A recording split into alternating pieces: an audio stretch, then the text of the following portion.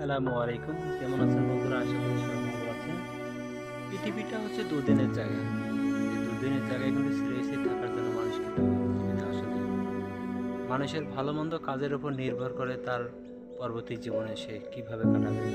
যদি ভালোবাসে সে ভালোভাবে সে দিনগুলোকে অতিবাহিত করতে পারে তাহলে পরকালে আল্লাহ তাআলা তার জন্য রেখেছে অসীম অসীম সুখ ও অনেক কিছু তার জন্য আল্লাহ তাআলা জমা রেখেছেন।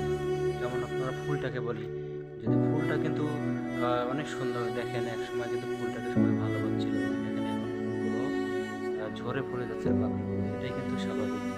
মানুষ যারা আল্লাহ তাআলার কাছে শ্রেষ্ঠ হয় সে মানুষের কাছে অনেক আদরে অনেক সম্মানীয় ব্যক্তি হয়, সম্মানের জায়গা হয়। কিন্তু একসময় ফুলগুলো ঝরে যায়, সেটা মানুষের পাপগুলো মানুষের মন থেকে এভাবে ঝরে যায়। আসেন আমরা সবাই আল্লাহ তাআলার তকদিরের উপর বিশ্বাস করি এবং আল্লাহ তাআলার কাছে মাথা নত করি এবং আসলে আমরা মসজিদে চলে আসি।